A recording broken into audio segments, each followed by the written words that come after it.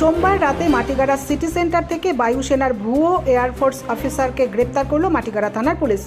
ধৃত ব্যক্তি ভারতীয় বায়ুসেনা স্কোয়াড্রন লিডারের পোশাক পরে ঘুরে বেড়াচ্ছিল। জানা গিয়েছে, সোমবার রাতে মাটিগাড়া থানার সিটি সেন্টারে ভারতীয় বায়ুসেনার পোশাক পরে ঘুরে বেড়াচ্ছিল ওই ব্যক্তি। আর সে সময় সিটি সেন্টারে গিয়েছিলেন ভারতীয় বায়ুসেনার 2 কর্মী।